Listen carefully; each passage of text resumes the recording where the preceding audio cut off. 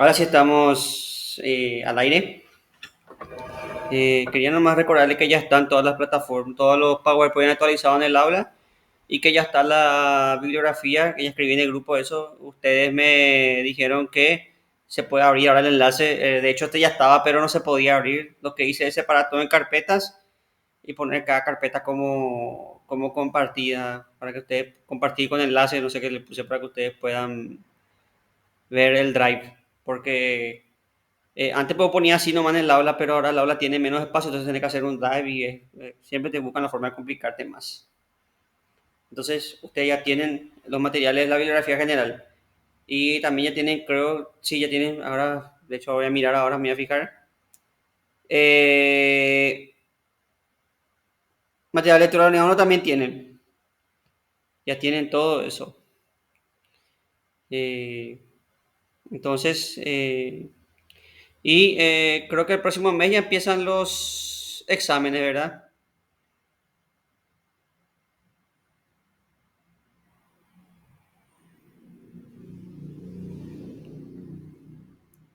Sí, creo que es el próximo mes.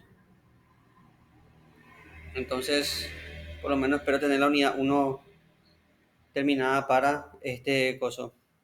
Y por suerte también parece que el, el lunes no va a ser feriado, así que podemos tener nuestra clase de nuestra otra asignatura, vamos a poder tener el lunes sin problema, pero creo que sí ya dije la clase anterior. Bueno, sin más preámbulos, vamos a comenzar ya porque es ya menester empezar. Bueno, lo que vamos a ver ahora es la parte de los presocráticos. Como vimos en la clase pasada, la filosofía empieza en el siglo 7 a.C., empieza con Tales de Mileto. Eh, los presocráticos eran todos materialistas. O sea, el griego no creía, no tenía el concepto de la creación, porque el griego no concebía la nada. Para el griego la nada no podía existir, porque si la nada existiese, la nada sería algo. Entonces eso es una contradicción. Entonces el griego no tenía esa noción de nada. Fíjense ustedes que el griego ni siquiera tenía la noción del cero.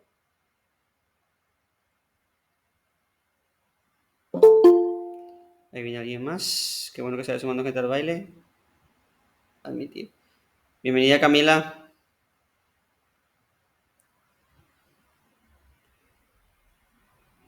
Bueno, entonces el griego no tenía noción de la nada. Entonces, eh,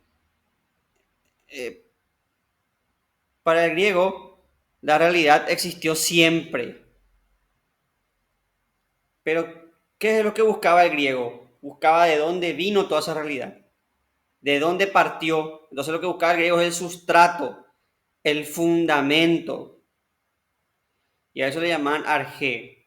El arjé es el elemento constitutivo de la realidad. Es aquello a lo que todo viene, a lo que todo vuelve. El arjé es la realidad primera. Otra cosa interesante es que la filosofía en Grecia no surge en Atenas como todo mundo, sino que surge en la periferia, no surge en el centro de Grecia, sino surge en la periferia, en lo que serían las colonias griegas. Surge en Mileto, por eso la primera escuela es la escuela de Mileto o la escuela jónica, que empieza con Tales, después le sucede a Anaximandro y después a Anaximandro le sucede a Anaxímenes. Y esa es la primera escuela filosófica, la escuela de Mileto o la escuela jónica, como ustedes prefieran llamarle.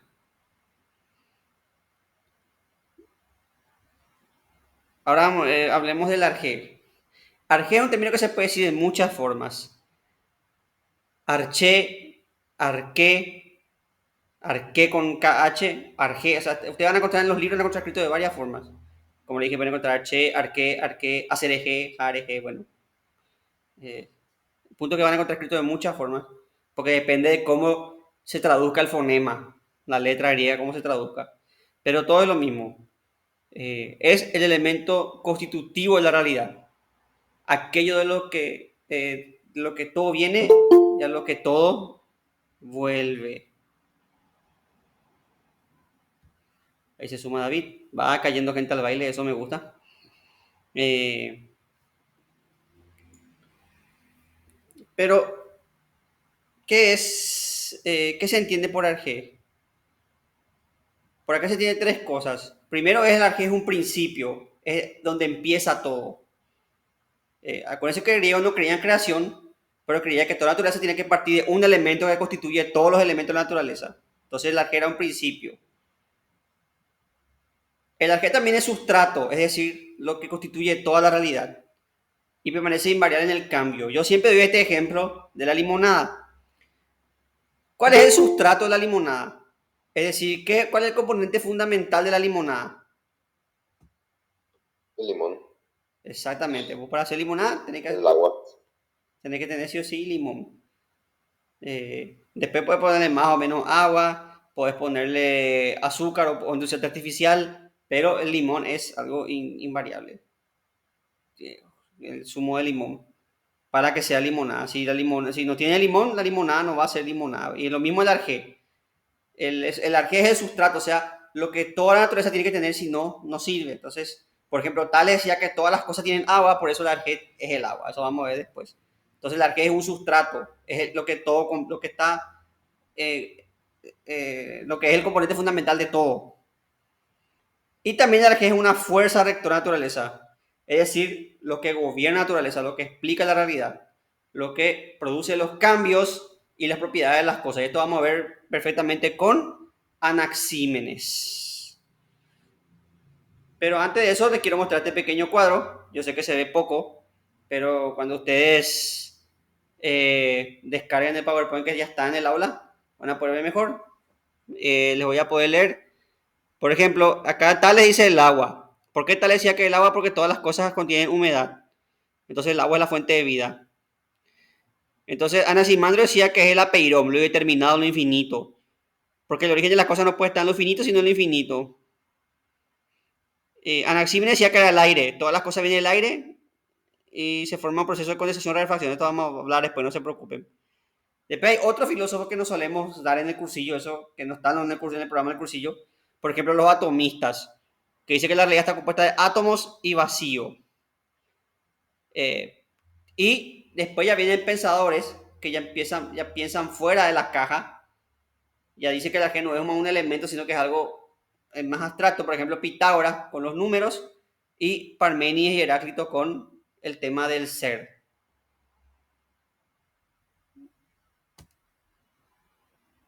Pero no se preocupen este cuadro. Este es un cuadro para que ustedes tengan resumido nomás. Ahora vamos a empezar a explicar. Como dijimos, la filosofía empieza con Tales de Mileto. En el siglo 7 a.C., concretamente en el C25, fue el iniciador de la indagación racional del universo. O sea, fue el primer filósofo porque fue el primero que intentó explicar racionalmente el universo. Y fue uno de los famosos siete sabios de Grecia. Es famoso por los cálculos que llegó. ¿Viene alguien? Es famoso por sus cálculos que llegaron a predecir eclipses. Se dice que los egipcios también ya tenían, pero Tales fue el primero en divulgar a Monsi, eso fue famoso por eso. Aunque hay fuentes que dicen que los egipcios también ya tenían, pero fue Tales el primero en mostrar los cálculos eh, y decir, estos son los cálculos para un eclipse. Además fue uno de los grandes matemáticos de su época. De hecho, Tales no solo fue filósofo, sino fue un famoso matemático que, como les dije, predijo eclipse y estableció el teorema de Tales, que es el teorema que tiene su nombre.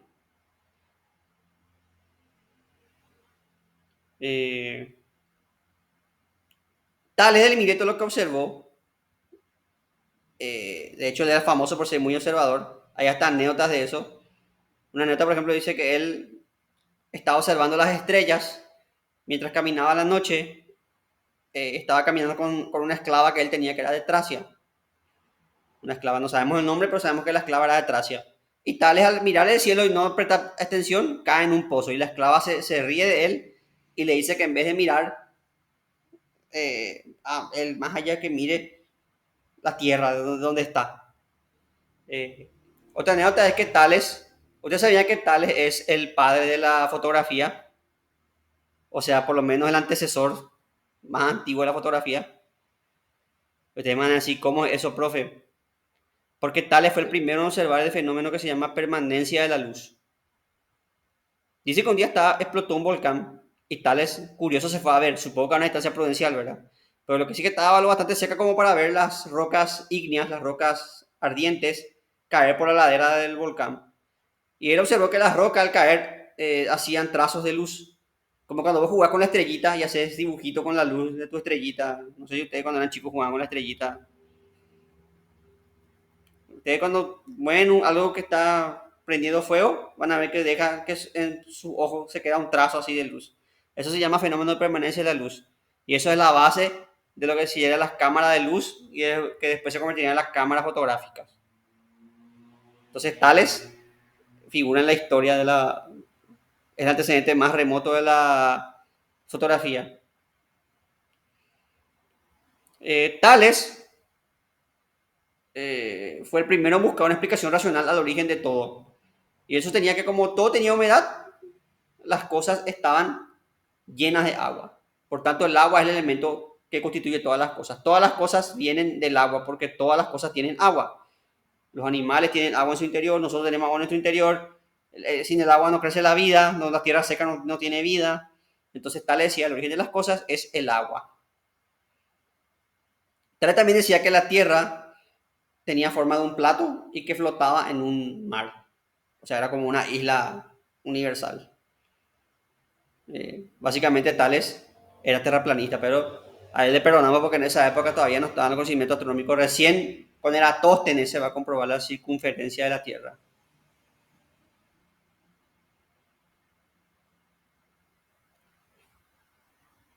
Profe, ¿Sí? para él como el mundo era como una isla en un océano infinito, por así decirlo. Sí. Bueno, bueno, gracias. El sucesor de Tales fue Anaximandro. Anaximandro decía que el arjé no puede ser un elemento solo, sino que el arjé es una sopa de elementos, algo infinito y determinado, porque los elementos son finitos. El aire es finito, entonces tiene que ser la mezcla de todo, tiene que ser el arjé. A eso le llamó apeiron, lo indeterminado. Lo indeterminado, lo infinito. Todas las cosas vienen del apeiron y vuelven al apeiron. O sea, el mundo, el universo, era una sopa de, todo, de que era una mezcla de todos los elementos y se fue separando en contrarios, en caliente, en frío, en mojado, seco, en cielo, tierra, así se fue creándose y el universo así llegó a ser como nosotros conocemos el universo. Y el universo se separa por injusticia y se junta por justicia. Entonces, el universo, acuérdense que para el griego injusticia es desorden y justicia es orden. Para el griego justicia es orden, lo justo es lo que está ordenado. La sociedad es justa cuando es una sociedad ordenada. La naturaleza es justa cuando está ordenada. Y esto ya viene de la época del mito. Acuérdense que Hesiodo decía que en principio había caos y que Urano y Gea separaron el cielo y la tierra y así crearon el cosmos. Cosmos quiere decir orden. Entonces Anaxímenes toma eso del mito y dice, solo que él explica de manera racional, en vez de decir que eran Urano y Gea, dice que había una sopa de Pirón que se fue separando en sus contrarios y que algún día eventualmente va a volver a juntarse, porque siempre la justicia triunfa. Entonces va a ser un ciclo de unión por justicia, separación por injusticia. Unión por justicia va a ser un ciclo. Y esto es muy griego también, porque la historia, los griegos no tenían una noción lineal de la historia. La historia para los griegos era un proceso cíclico, era como una rueda, igual que para los mayas y para otros pueblos. Por eso yo me cagaba de risa cuando hablaban del calendario maya, porque yo leía ya esos diccionarios de mitos y eso, y sabía que los mayas eran una visión cíclica de la historia, entonces no podía haber un fin del mundo si era cíclico. Eh, a Nasime se le atribuye un libro sobre naturaleza, se le atribuye un mapa terrestre, se le atribuye el cálculo de solsticios y equinoccios,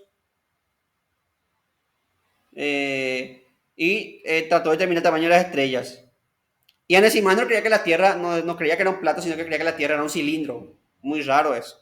Pero así él podía explicar, por ejemplo, supongo yo que así podía explicar por qué los barcos aparecían en el horizonte. Él pensaba que se iban por el otro lado del cilindro. Entonces él decía que la Tierra era un cilindro.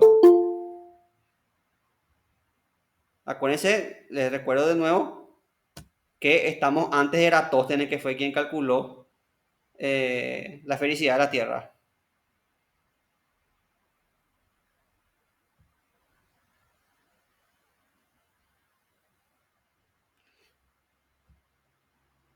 Anaximandro también, otra cosa que es muy adelantada a su época Anaximandro, es que Anaximandro fue el primero del que tenemos registro que teorizó una teoría de la evolución. Anaximandro, como era discípulo de Tales, también sabía que la vida venía del agua, porque para ello era obvio, vos mojás la tierra y ya salen un montón de bichos, salen un montón de plantas, salen un montón de... Entonces dice, la vida tiene que venir del agua. Y Anaximandro teorizó que la vida venía del fondo del mar y que los animales arcaicos eran esos como esos animales que se arrastran por el lodo y que de esos animales evolucionaron los peces y que los seres humanos nos desarrollamos a partir de esos peces que pudieron salir a la tierra. O sea que los peces, supongo que él habrá observado los renacuajos, eso cómo salían como sapitos, y habrá dicho, así salieron los peces del agua y de ahí evolucionamos nosotros. O sea, Anaximandro formuló una teoría evolutiva bastante contundente. Eh, ¿Por qué le damos el crédito a Charles Darwin entonces y no a Anaximandro? Porque Charles Darwin lo que hizo es corroborar esta teoría de manera científica. Anaximandro se quedó, si bien fue bastante acertado, se quedó en la especulación. Fue Darwin el que demostró a través de los mecanismos de selección natural la teoría de la evolución de una forma científica. Por eso Darwin es el padre de la teoría evolutiva y no Anaximandro. Aunque Anaximandro va a quedar en la historia y a mí a veces me da rabia a mí que pocos libros de historia de la filosofía mencionen esto, que Anaximandro fue el primero que conocemos en elaborar una teoría evolutiva.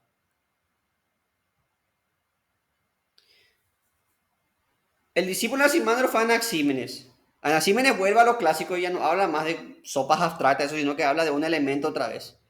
Viene del aire.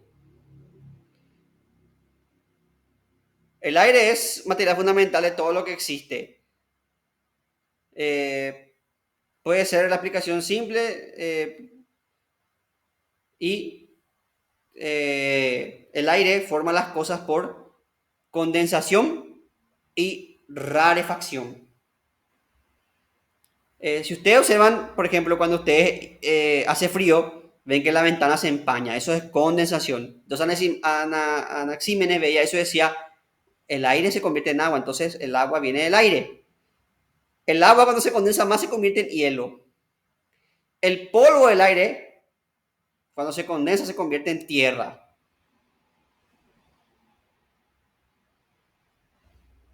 Estoy viendo acá el chat.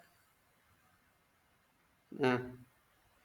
El polvo del aire se convierte en tierra y el aire, eso se forma por condensación. Y por rarefacción surge el calor.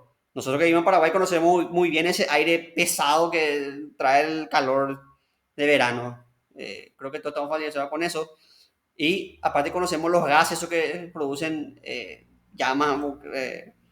Entonces, el aire enrarecido es lo que produce el calor, produce el fuego y esas cosas. Entonces, Anaximandro explicaba que todas las cosas se formaban a partir de el aire. Y ese es el aporte de Anaxímenes. No solo propone un elemento constitutivo, sino que también establece un proceso de formación de las cosas. O sea, él no se conforma con decir el agua, el apero, sino que dice es el aire y las cosas se forman así a partir del aire. Para Anaxímenes, incluso la vida estaba compuesta de aire, porque la vida para Anaxímenes es neuma o aliento vital, que sería el neuma.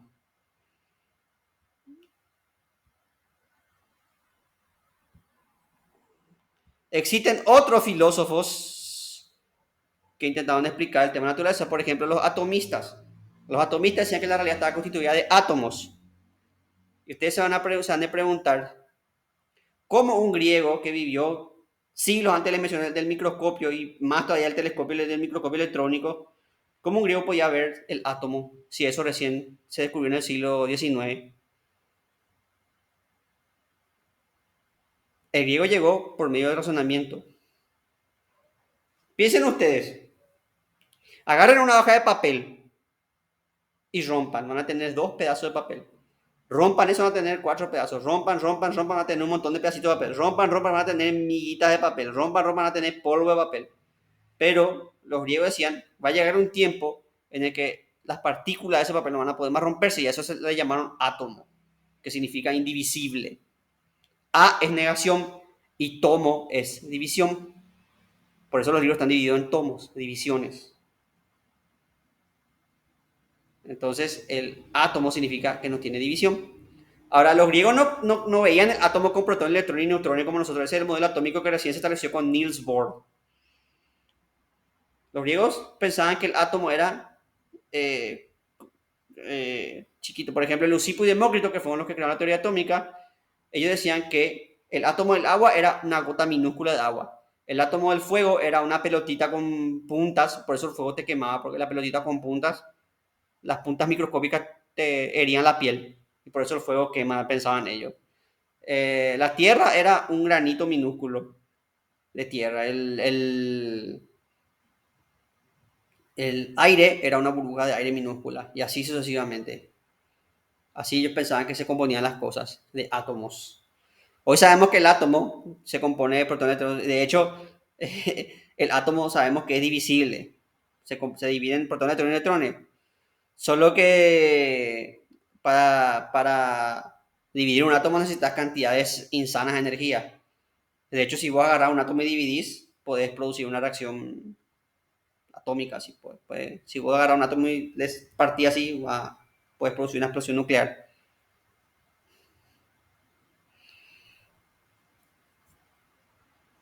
También tenemos otros filósofos, como por ejemplo Empédocles, que era un filósofo muy extraño. Era una especie de filósofo, pero también era religioso. No se entiende muy bien su mambo. Empédocles tenía también conocimiento de medicina, y igual que Jesucristo, eso, él sanaba gente, eso. Entonces, de hecho, muchos le consideraban llegar a considerar un dios.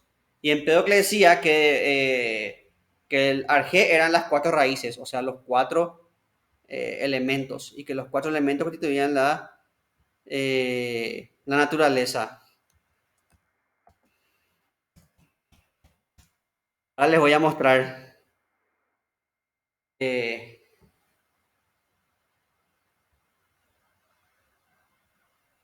cómo murió Empédocles. A ver si puedo mostrarles.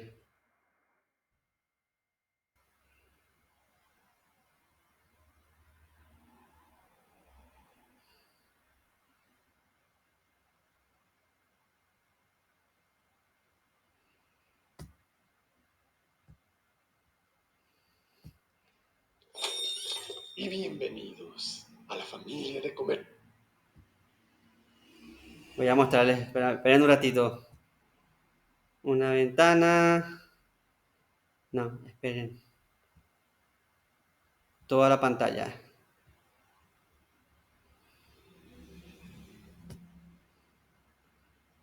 Compartir.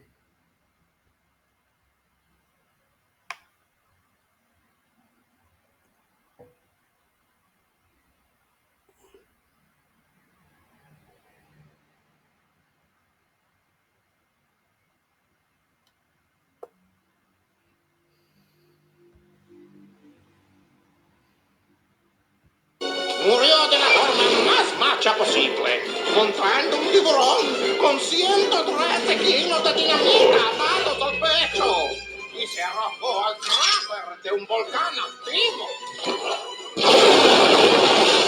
Fue glorioso. Sí,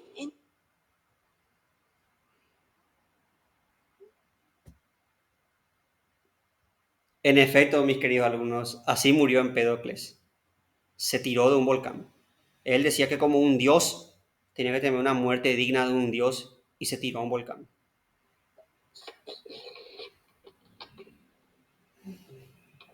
Héctor. Y el tiburón, No consiguió Empédocles. No pudo No, conseguir el tiburón. Pero fue la muerte más épica de la historia, sí. Hay que reconocer que su muerte fue épica, sí. Si nosotros creyésemos así en que Empédocles era en Dios en vez de Jesús, tendríamos así en vez de la cruz, tendríamos el volcancito ahí en nuestro cuerpo.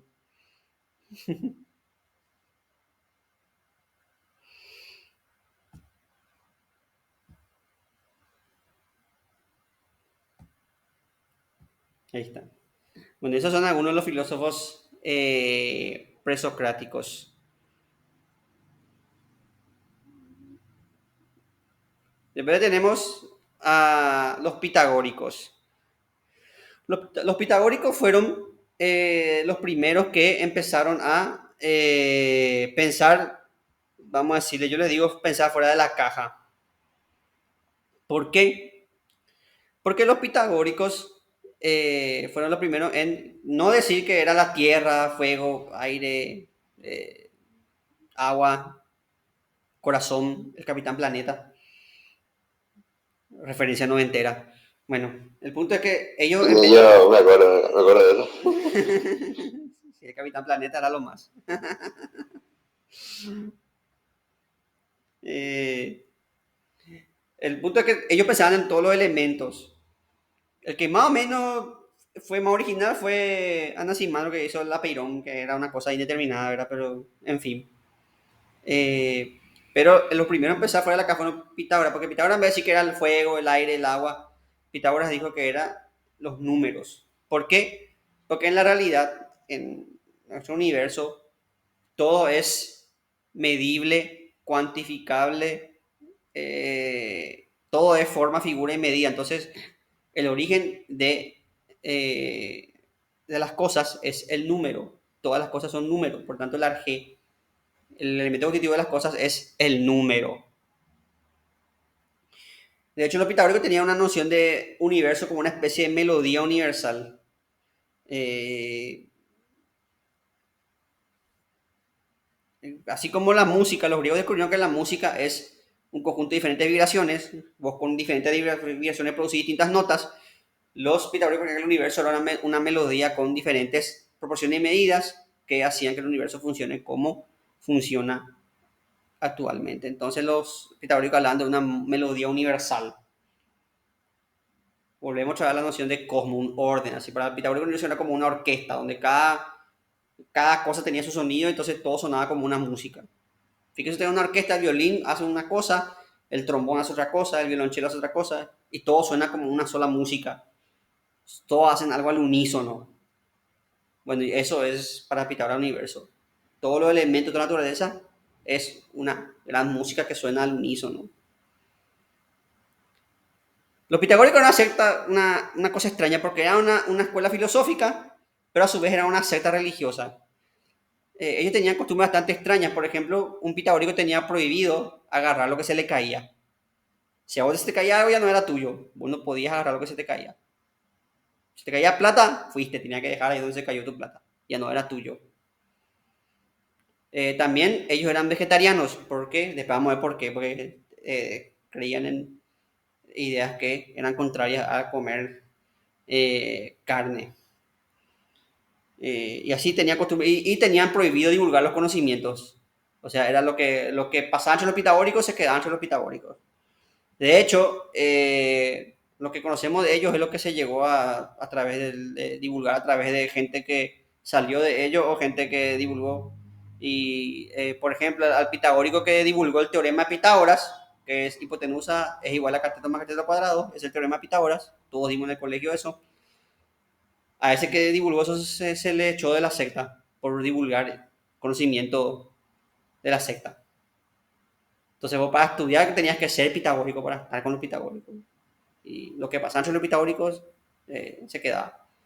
La primera regla de los pitagóricos es nadie habla de los pitagóricos, más o menos así era el tema con los pitagóricos. ¿Cuáles eran las ideas principales de los pitagóricos?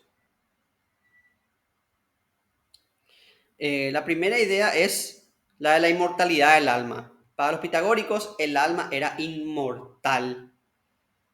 Esto traen de los egipcios. Y seguro que también de otra cultura, pero el primer gráfico del alma que conocemos es un gráfico egipcio que está un cuerpo y un pájaro saliendo del cuerpo, así. Entonces, los egipcios creen la mortalidad del alma y también fue influenciado por los mitos órficos. Nosotros en la primera casa hablamos de los mitos órficos, que hablan de Orfeo que bajó a los infiernos para rescatarle a su amada Eurídice y que después no pudo. Eh, hasta Caballero Zodíaco salió eso, así que pero supongo que ustedes ya conocen. Eh,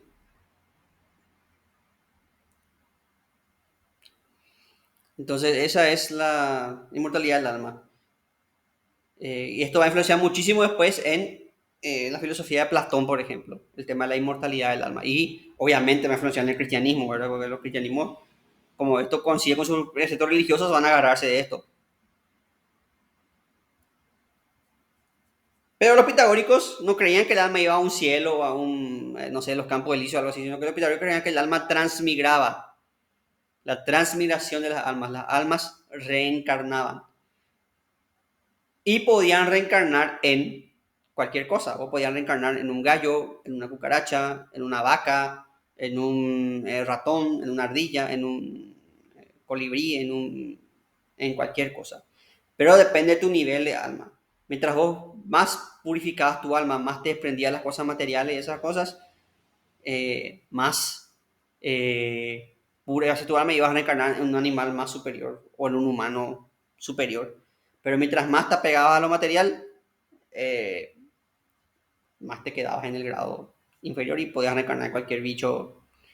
Por eso los pitagóricos eran vegetarianos, por eso y por otra cosa que vamos a ver después. Los pitagóricos eran vegetarianos, no podían comer carne porque quién sabe si vos le comías a tu abuelo, eso si comes una hamburguesa y estás comiendo el cadáver de tu abuelo reencarnado.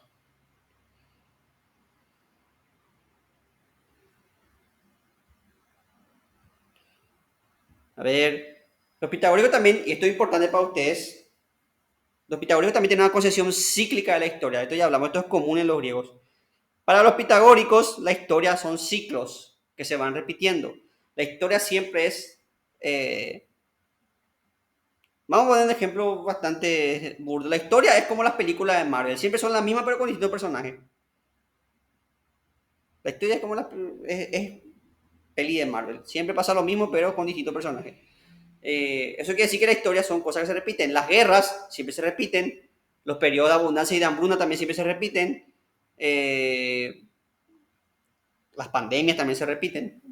Por ejemplo, si ahora estuviese vivo un pitagórico y viese el COVID-19, diría, esto es el ciclo y esta pandemia no es más que un remake de la peste bubónica, que a su vez es un remake de la plaga de Justiniano, que a su vez es un remake de otra peste que vino antes, la plaga de Justiniano. A ver, Marco Aurelio, no sé. Sí. Entonces, como ustedes ven, para el pitagórico, por ejemplo, esta pandemia sería solamente una cosa de la historia que se repite, la historia, y no va a ser la última vez que venga pandemia, va a venir otra pandemia y otra, porque la historia se repite, son ciclos que se repiten. Lo mismo, por ejemplo, la Segunda Guerra Mundial sería una... La Segunda Guerra Mundial se toca madera, dígame. La Segunda Guerra Mundial sería una secuela, un remake de la primera. Eso sí, que eso sería un remake de la guerra de las guerras, no sé, de la guerra de secesión, de la guerra de las cruzadas, y así podemos ir notando el fin de los tiempos. Entonces, todo lo que pasa en la historia no son más que hechos que ya pasaron antes, solo que ahora pasan de otra manera. Por eso la historia es una serie de ciclos que se repiten. Todo lo que pasa es un ciclo de lo que ya pasó. Y la historia se va repitiendo constantemente. Acuérdense ustedes que los griegos tenían una concepción cíclica, o sea, la historia era igual que otros pueblos como los mayas, como los hindúes, tenían la concepción cíclica de la historia, que era común en esa época. Y los pitagóricos también creían, y por eso también eran vegetarianos, porque ellos creían que había un parentesco entre todos los seres vivos. O sea, que todos los seres vivos éramos parientes en una comunidad universal. Entonces, el pollo era mi pariente, la vaca era mi pariente, la ardilla mi pariente, la cucaracha mi pariente, el gusano mi pariente, la mariposa mi pariente. Entonces, todos los seres vivos estamos emparentados. Y por eso los pitagóricos también eran vegetarianos. Acuérdense que los pitagóricos creían en la armonía universal, o sea que todo el universo era una sola música que tenía diferentes instrumentos y producía un solo sonido, entonces, o sea, producía una sola obra, entonces los animales y todo eran parte de esa melodía, entonces, por eso los pitagóricos eran vegetarianos. Entonces yo no quiero ser pariente de la cucaracha. No me gusta. Si te sirve de consuelo, según la teoría evolutiva, sos pariente lejano, muy lejano de hecho. No, profe, no me gusta, no. Porque ya en el principio los peces se separaron de los artrópodos y nosotros venimos de los famosos reptiles semimamíferos que descendieron de los peces y la cucaracha viene de los artrópodos, así que... No, no, no existe, no hay unión ahí. En realidad sí hay unión, pero se rastrea miles de años atrás. No, profe, no me digan eso. No lo digo yo, lo dice la ciencia.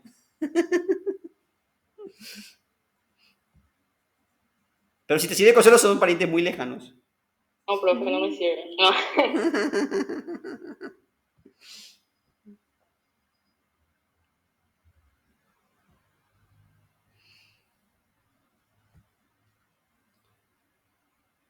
Bueno, y acá vamos a entrar en un problema muy, muy complejo que surge en este periodo, que es el problema del movimiento.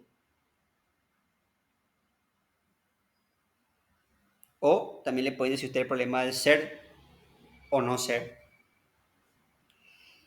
como diría Shakespeare. Bueno, ¿qué es el problema del movimiento? La pregunta es sencilla. ¿La naturaleza se mueve o es invariable? ¿Qué es el Se movimiento? mueve. Para mí que se mueve, pero mantiene ciertas cosas en un orden, por así decirlo.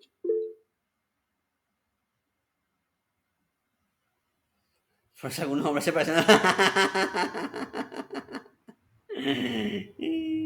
el comentario de Ana. Bueno, el punto es, yo ahora estoy sentado acá en mi sofá y usted también está sentado, supongo, en su computadora. Entonces, ¿ustedes se están moviendo sí o no? ¿Se están moviendo ustedes ahora? Sí, respecto a otra cosa, sí.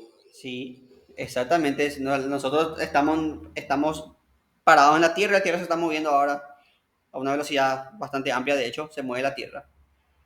Eh, pero si vamos a decir que yo tenga el poder de parar, así que diga alto y pare el movimiento de la Tierra y pare todo así, pare todo el planeta, paren así, se quede parado el... ¿Seríamos moviendo sí o no? Y la galaxia seguiría como girando también. Sí. Pero vamos a suponer que paras todo. Que si stop y para todo así. ¿Seguiríamos moviendo sí o no? Y la respuesta es sí. ¿Por qué? Porque aunque las cosas no se muevan en el espacio, las cosas se mueven en el tiempo. Por ejemplo, este sofá está quieto, pero se está moviendo en el tiempo, está deteriorando, se está envejeciendo, está igual que nosotros, también nos estamos moviendo en el tiempo, estamos avanzando un segundo a la vez. Y de hecho, inevitable. El tiempo es también movimiento. Entonces, la pregunta que se hacían los filósofos, y surgen dos equipos, así como Cerro Olimpia, como Boca River, los filósofos tenían sus dos teams, que eran Team Parménides, que decía que ese movimiento que nosotros vemos es aparente, y el Team Heráclito, que decía que ese movimiento que nosotros vemos es la realidad en sí. Entonces surgen dos posturas. Parménides, que decía que el movimiento es aparente, y Heráclito, que decía que el movimiento es de hecho la única realidad constante. Voy a poner esto con un ejemplo. Si yo tengo una semilla y esa semilla yo planto y se convierte en un árbol, entonces, ¿qué es esa semilla? ¿Es una semilla? ¿Es un árbol? ¿Qué es esa semilla? ¿Qué es?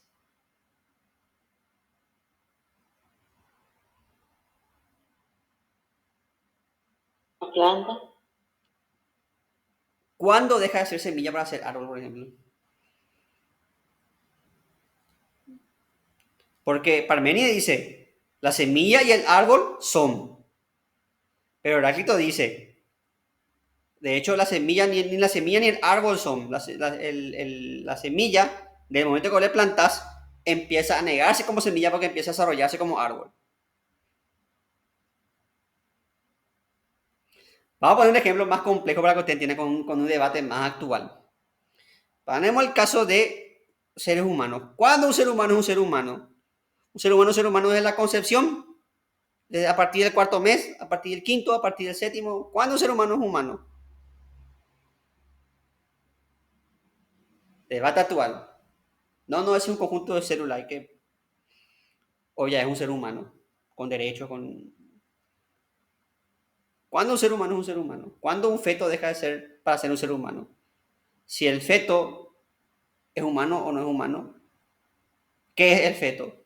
Si el feto va a ser un humano, sabemos que va a ser un humano, que si vos le dejas crecer a un feto va a ser un humano. Entonces, ¿qué es el feto?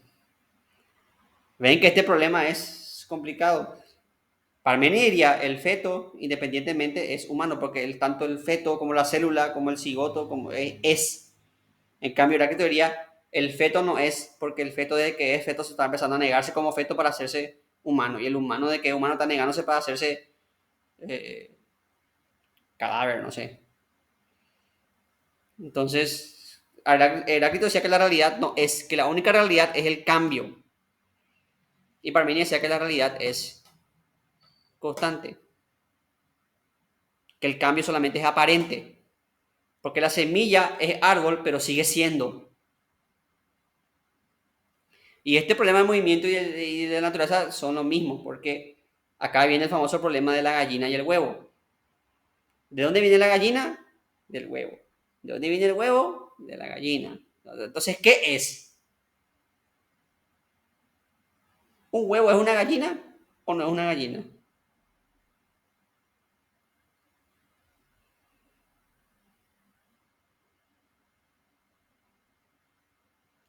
Y podemos incluso hacer más complejo este problema.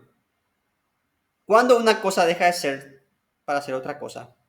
Y esto se puede resolver con el dilema del barco de Teseo. El barco de Teseo era un barco que los griegos querían conservar porque Teseo era un héroe griego. Teseo fue el que le mató al Minotauro, entonces era un héroe. Entonces la leyenda dice que su barco, para ser conservado, cada vez que se fundía una tabla, ellos cambiaban la tabla. Entonces quiere decir que llega un momento en que todas las tablas del barco ya no son más las originales. Entonces la pregunta es el mismo barco de Teseo o ya no es más el barco de Teseo?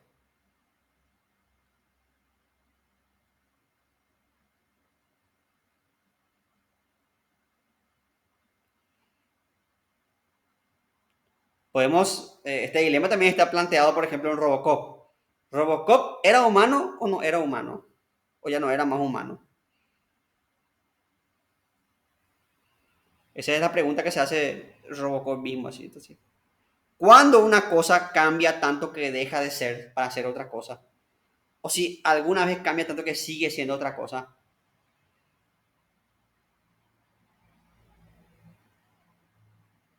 Y este problema, les cuento ya, les spoileo, les va a romper el coco a los griegos hasta que venga Aristóteles y va a solucionar este problema. Pero eso lo veremos en otro capítulo. Entonces empecemos a aplicar las dos posturas. Primero tenemos a Parménides. Parménides parte de una premisa simple, que hasta parece obvia, que es la premisa de que el ser es. El ser es. Ustedes me dicen esto es una burrada, obvio que el ser es. Pero eso tiene consecuencias.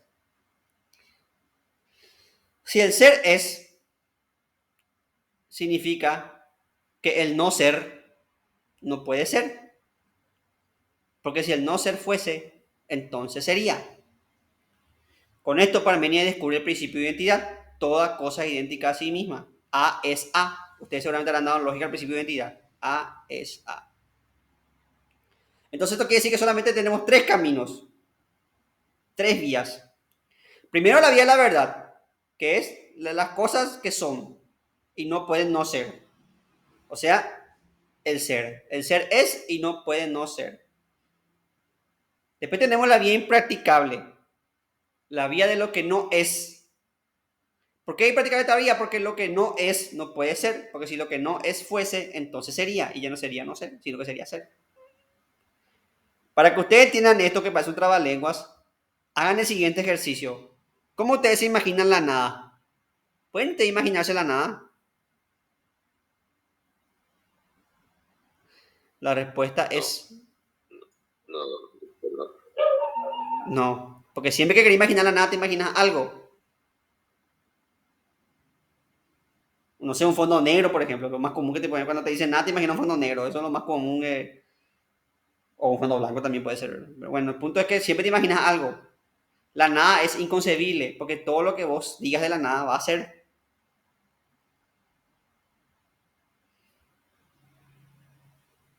Entonces, ¿Sí? también, al menos en ese momento, también se nota en la lógica de Aristóteles que no está ese paso de separar bien como lo conceptual, vamos a decir, de lo real. Entonces, por ejemplo, también Aristóteles en su tratado pone eso de que todo lo que existe como concepto existe como realidad. O sea, no dice eso a sí mismo, pero dice algo así, ¿verdad? Sí. Y como, no sé, como esto de que si la nada existiese como concepto, existiría, entonces no puede existir como idea. No puede existir ni siquiera como concepto. No. Y de hecho, si no me equivoco, Santo Tomás se va a agarrar de eso. Y va Sí, a también. decir, va a usar eso para fundamentar el creacionismo.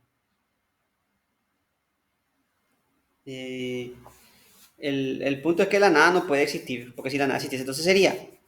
Entonces, como todo es, la nada no puede no ser. Entonces tenemos la tercera vía, que es la vía de la opinión, que es la vía de lo aparente, de lo que es y lo que no es. Que ahí volvemos otra vez a la semilla del árbol. La semilla del árbol cambian, pero ese cambio es aparente, porque tanto la semilla como el árbol son. Entonces, ese cambio que nosotros vemos no es real, es aparente, porque las cosas siguen siendo. Entonces, el cambio se da en los sentidos, pero la esencia de la cosa es siempre la misma. Entonces, la realidad es una misma y el cambio es aparente, por tanto, el cambio no existe. Después va a haber un seguidor de Parménides que se llama eh, Zenón, que va a tratar de fundamentar esto con paradojas. La primera paradoja es la del arco y la flecha. Vamos a suponer que yo tengo un blanco a 5 metros. Entonces yo disparo una flecha. Para que esa flecha llegue a 5 metros, primero tiene que llegar a 2,5 metros. Para que llegue a 2,5 metros, primero tiene que llegar a 1,5. Para que llegue a 1,5, tiene que llegar primero a 1. Para que llegue a 1, tiene que llegar primero a 0,5. Para que llegue a 0,5, tiene que llegar a 0,0,0. Y así yo puedo dividir la distancia hasta el infinito. Entonces la pregunta es, ¿se mueve la flecha en realidad?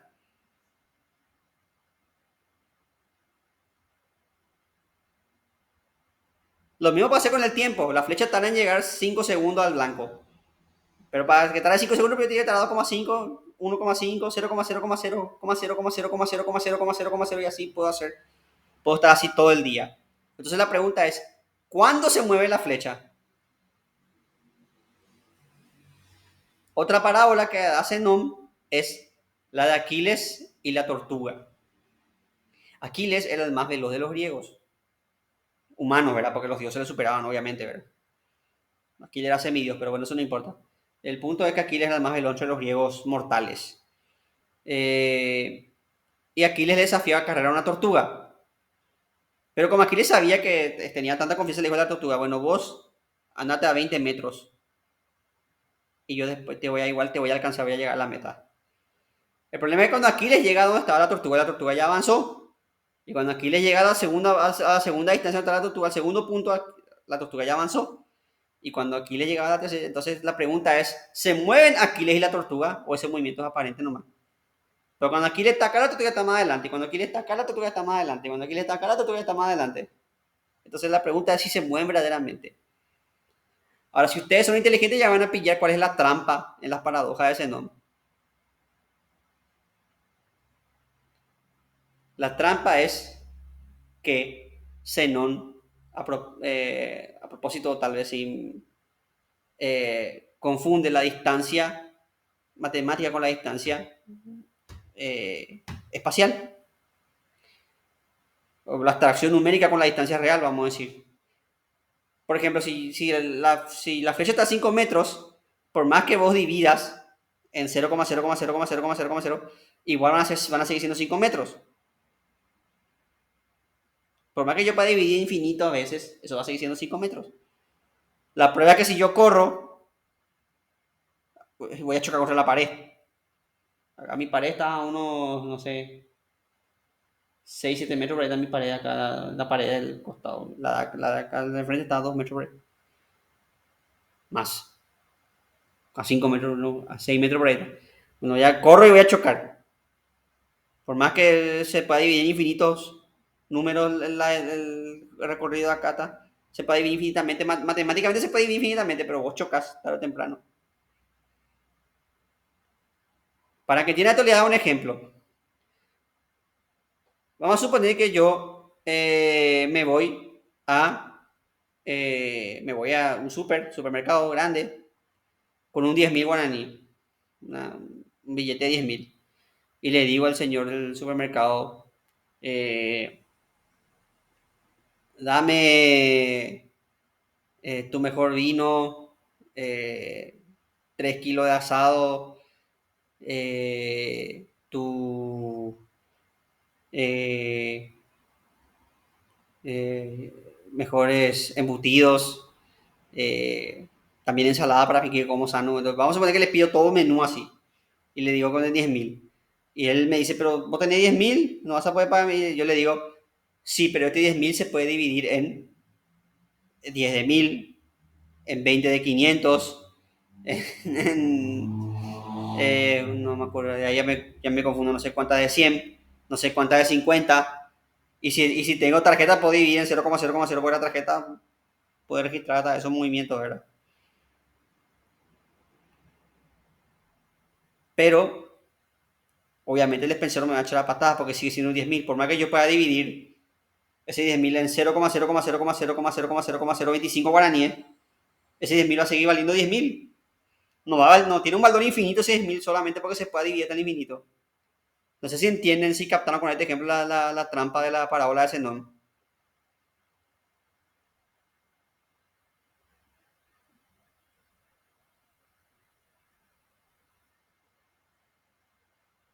Y la de Aquiles y la tortuga, la trampa es que obviamente Aquiles tiene una velocidad diferencial. Aquiles obviamente va a correr y en algún momento le va a alcanzar a la tortuga porque es rápido. Si vos te vas a un auto a 100 y un colectivo está yéndose a 40, tu auto tarde o temprano le va a alcanzar al colectivo.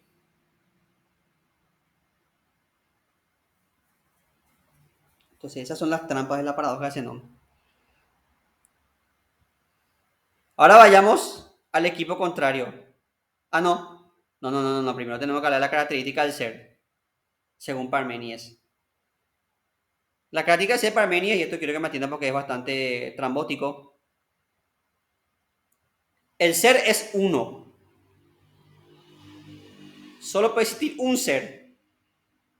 Porque si existiesen dos seres, los dos serían. Entonces sería otra vez un ser nomás. No puede existir dos seres. Porque si este es y este es, entonces los dos son. Solamente puede haber un ser. Fuera del ser no existe nada. El ser también es eterno. El ser no puede tener ni principio ni fin. Si yo digo el ser empieza acá, quiere decir que antes de eso había no ser, y como yo les dije, el no ser no puede existir. Todo lo que había antes del ser también sería. Por tanto, el ser no puede tener principio. Y tampoco puede tener fin, porque es la misma cosa. Si yo digo el ser termina acá, entonces todo lo que venga después también va a ser. Por tanto, el ser no tiene ni principio ni fin. Acuérdense que para el griego la nada es inconcebible, no puede haber nada después del ser. Porque si hubiese nada, esa nada sería. Por tanto, el ser es eterno. El ser también es inmutable porque el cambio, como vimos, es el paso del ser al no ser. Una semilla deja de ser semilla para ser árbol, un feto deja de ser feto para ser. Por eso el cambio es aparente. En realidad el ser es inmutable, el ser no puede cambiar porque el ser no puede pasar al no ser porque el no ser no puede ser.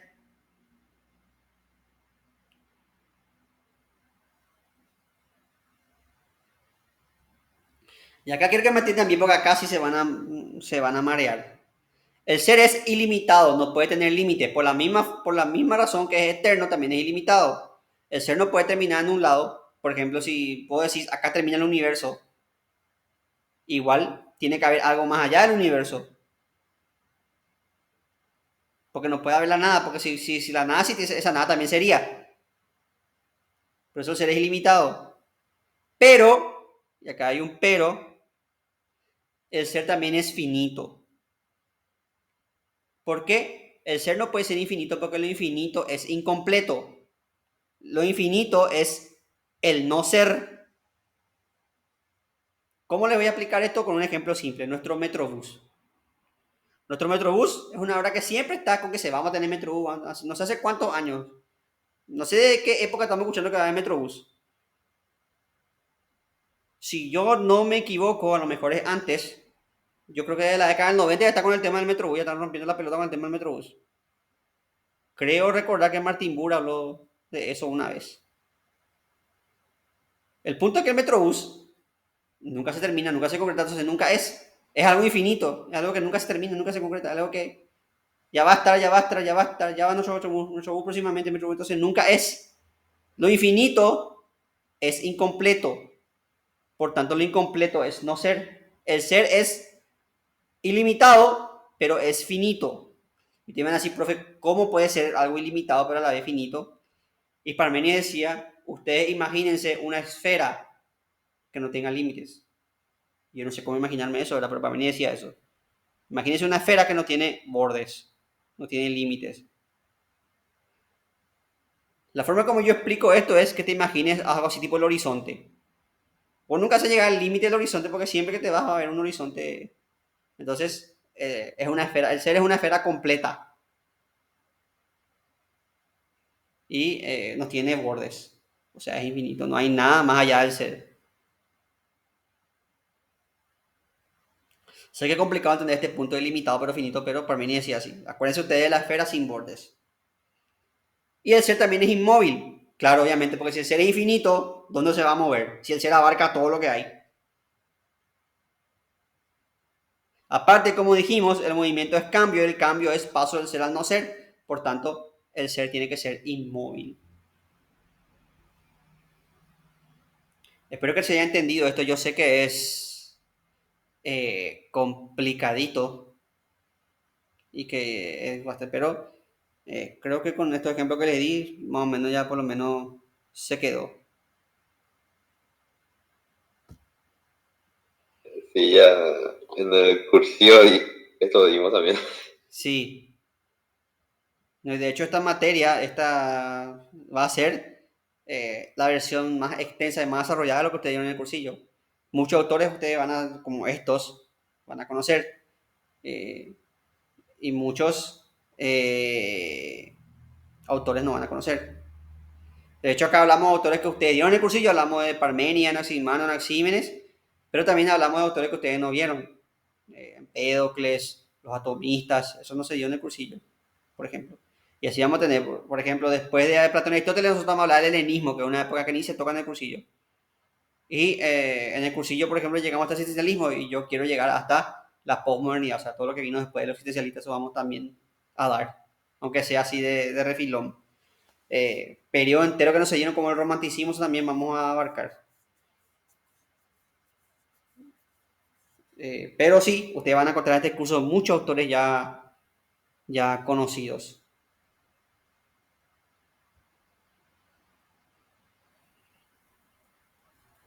Hablemos finalmente del señor el equipo contrario, que es Heráclito. Para Heráclito no existe el ser. De hecho, para Heráclito la realidad no es. La realidad es una negación constante. Como le dije yo, la semilla se niega para ser semilla y hacerse árbol. Un feto se niega para ser bebé. O sea, constantemente desde que es un conjunto de células, el feto ya está procurando desarrollarse y ser un ser humano adulto. Entonces, la realidad, la única cosa que es el cambio. El resto de las cosas no son. La realidad es el no ser, es el devenir, el cambio constante. La esencia de las cosas, por tanto, es el movimiento. Todo fluye. Por eso Heráclito decía que nadie puede bañarse 2 veces en el mismo río. Porque ni vos sos la misma persona al entrar y al salir, ni el agua es la misma cuando vos entras y cuando vos salís. O sea, si vos entras, te bañas en un río, salís y entras otra vez, ni vos vas a ser la misma persona, ni el río va a ser el mismo río, porque ya es otra agua y vos ya sos otra persona. Heráclito decía por eso que la realidad es la lucha entre contrarios. Pues la realidad siempre es negación, siempre es guerra. Por eso Heráclito decía la guerra para todas las cosas, porque la realidad siempre es lucha entre contrarios. Siempre es invierno, verano, cálido, seco, lluvia, sol, noche, día. La realidad siempre es eso, los contrarios luchando entre sí. Y eso es el origen del cambio. Ahora bien, este cambio no es un cambio desordenado, es un cambio ordenado. O sea, un cambio, por ejemplo, de la semilla siempre va a crecer árbol, no va a salir nunca un pato de una semilla. Del huevo de gallina va a salir gallina, no va a salir un dinosaurio, ni una víbora, ni nada por el estilo. Y a ese orden Heráclito le llamaba el logos. El logos es una inteligencia cósmica que da orden y medida al mundo. El logos es la ley del cambio, por tanto, todo lo que sucede de acuerdo a el logos.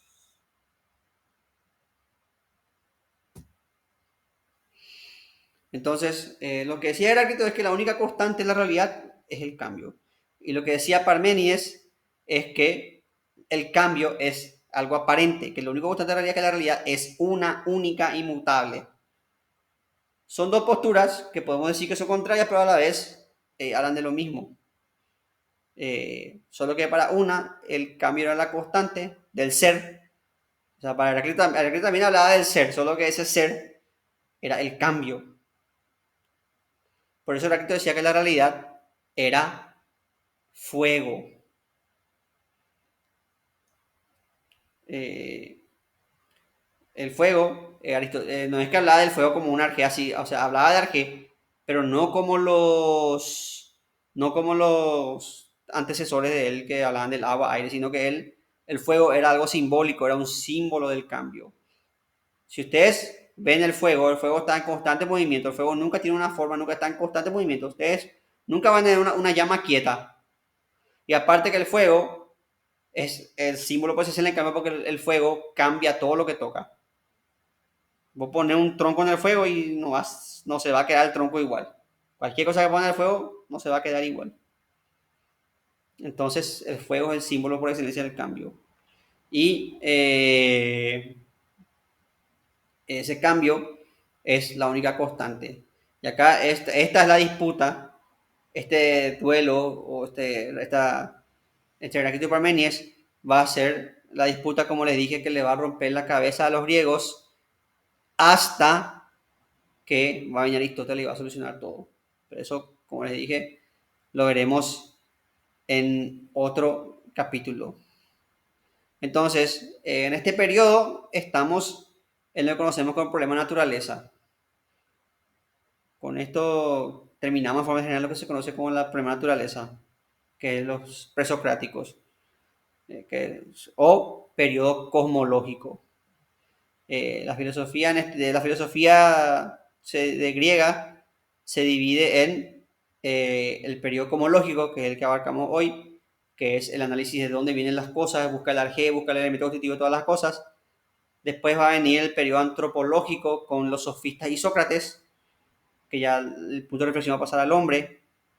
Después va a venir el periodo sistemático con Platón y Aristóteles, que es donde ya se va a tocar la filosofía, ya va a hablar de todo, ya va a tratar de todo. Y después va a venir el periodo de las escuelas morales, donde la filosofía se va a preocupar de las cuestiones morales y de cómo ser feliz. Y todo este periodo vamos a dar a lo largo de este curso. Entonces, pero lo que ahora estamos en la naturaleza. Y esta cuestión de la naturaleza se divide en varias cuestiones. Primero lo que ellos querían saber es qué es naturaleza. Los griegos tenían fácil, ellos definían naturaleza como todo. Todo es naturaleza. Pero nosotros ya hacemos más distinciones. ¿Qué podemos considerar natural?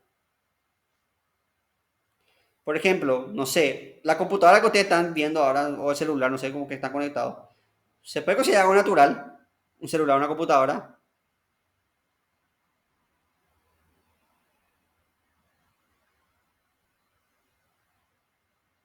No. No, es artificial, ¿verdad? Algo hecho por el ser humano. Las cosas, acero, eso son cosas artificiales. No existe el acero, o sea, existe el hierro, ¿verdad? Pero el acero no existe, o sea, el humano es el que manipula esos elementos. Bueno, hasta ahí tenemos todo simple, ¿verdad? Un árbol es algo natural y el acero es algo artificial, ¿verdad? Hasta ahí es simple, ¿verdad? Pero vamos a complicar un poco las cosas. Yo les pregunto a ustedes, por ejemplo, ¿el maíz es algo natural?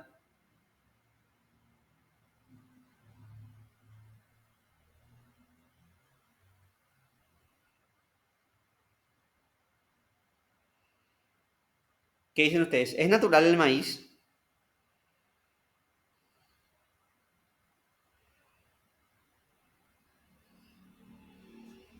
Sí.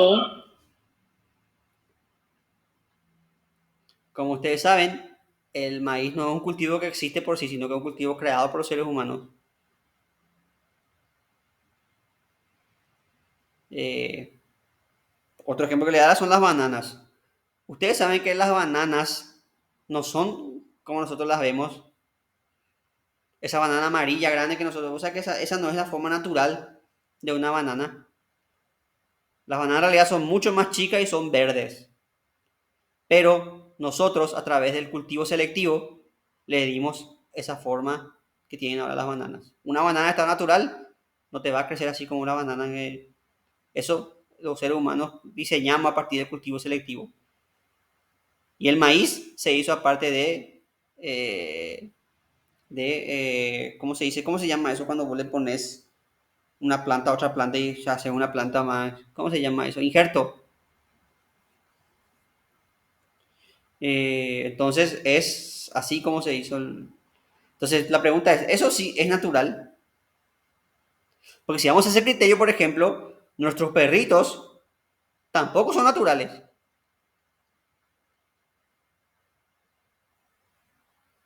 Nosotros, para empezar, nosotros le domesticamos al perro, modificamos su comportamiento artificialmente. Nosotros, a través de también crianza selectiva, modificamos al perro. Incluso las razas de perros son artificiales. Un bulldog no va a existir nunca en la naturaleza. Un bulldog fue creado a través de crianza selectiva por los seres humanos. Entonces, ¿puede considerarse un bulldog o al maíz o a la banana algo natural? Porque vos decís, sí, viene de en cierta parte sí viene de la naturaleza, son seres orgánicos, son animales, viene de la naturaleza.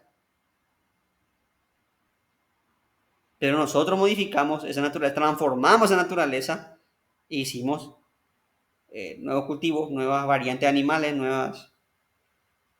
eh, y vos te das cuenta porque las gallinas y los patos que tendrían que volar, no vuelan, porque nosotros a través de darle comida hacemos que ellos se hayan acostumbrado y de hecho pesan más y eso les hace imposible volar.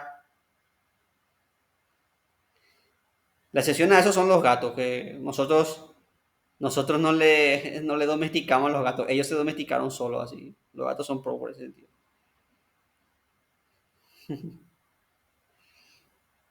ellos mismos se acercaron a los humanos porque los humanos empezaron a El cultivar. pingüino, profe. Pingüino no puede. ¿El pingüino, Camila? ¿Puede volar?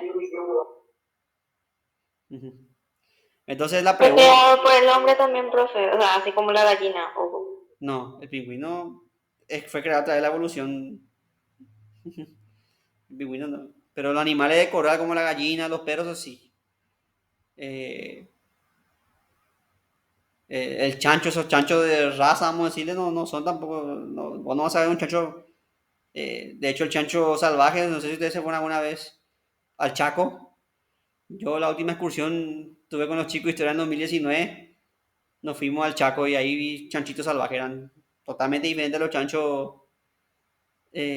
domésticos. Eran todo peludos, parecían taguá. Había también taguá ahí, pero también había chanchos salvajes. De hecho, el taguá creo que es un tipo de los chanchos salvajes.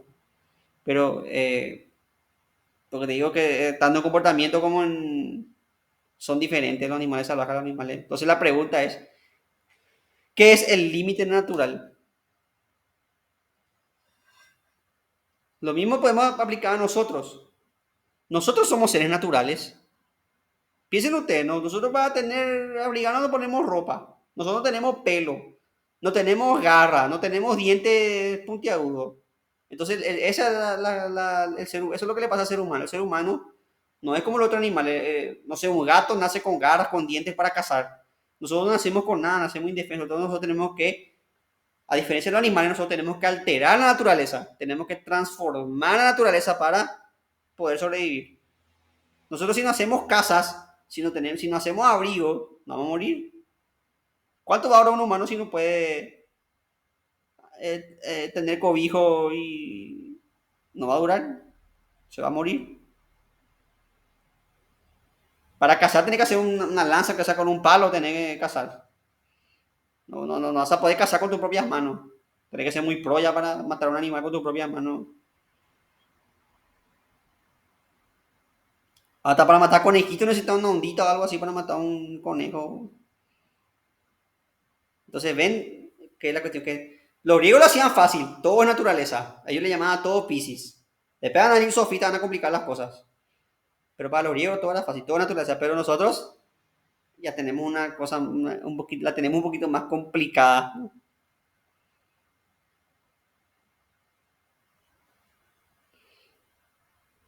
Entonces, con esto terminamos la parte del periodo cosmológico y en nuestra próxima clase vamos a ver lo que se conoce como el periodo antropológico. Vamos a empezar a ver los sofistas y si es que podemos también ya Sócrates.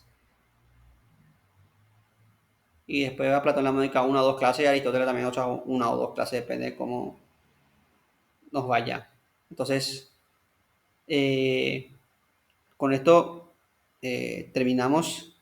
Fui un poco rápido porque yo sé que ustedes tienen otras clases ahora, entonces quiero respetar el horario del profesor, por eso, pero creo que se entendió, a pesar de que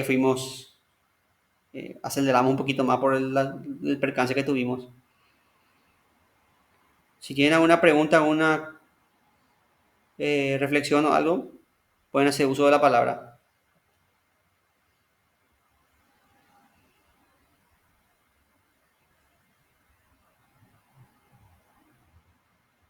De mi parte no, profe. Bueno, entonces solamente me queda entonces recordarles que ya está todo en el aula, ya está la bibliografía, ya están las clases. Voy a seguir subiendo las clases que faltan subir. Creo que ya estoy al día con eso. Voy a mirar ahora, me voy a fijar. Eh, y quiero recordar también que el lunes por suerte vamos a tener clase. Digo por suerte porque así vamos a poder avanzar ya para los exámenes. Se quería hacer feriado, pero por ley los feriados son este feriado del 14 inamovible, así que entonces, sin más que decirles, podemos dar esta clase por concluida.